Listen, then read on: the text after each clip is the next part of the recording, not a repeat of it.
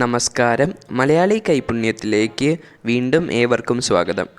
വളരെ ക്രിസ്പിയായി കോളിഫ്ലവർ ബജി എങ്ങനെ ഉണ്ടാക്കാം എന്നാണ് ഇന്ന് കാണിക്കുന്നത്. ഇതിനായി ഒരു പാത്രത്തിൽ വെള്ളം അടുപ്പിൽ വെച്ച് ഉപ്പും മഞ്ഞൾപ്പൊടിയും ഇട്ട് തിളയ്ക്കുമ്പോൾ അതിലേക്ക് കോളിഫ്ലവർ ഇടുക.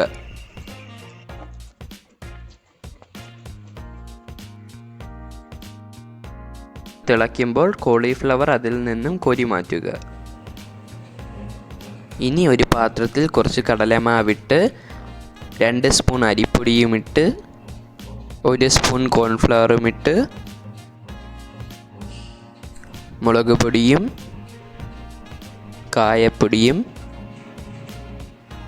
ഉപ്പും ചേർത്ത് കലക്കിയെടുക്കുക. ഈ 3 മാവും കൂടി ചേർക്കുന്നത് കൊണ്ടാണ് വളരെ ക്രിസ്പിയായി കിട്ടുന്നത്. ഇതുപോലെ കലക്കിയെടുക്കുക. ഇനി കോളിഫ്ലവർ മാവിൽ മുക്കി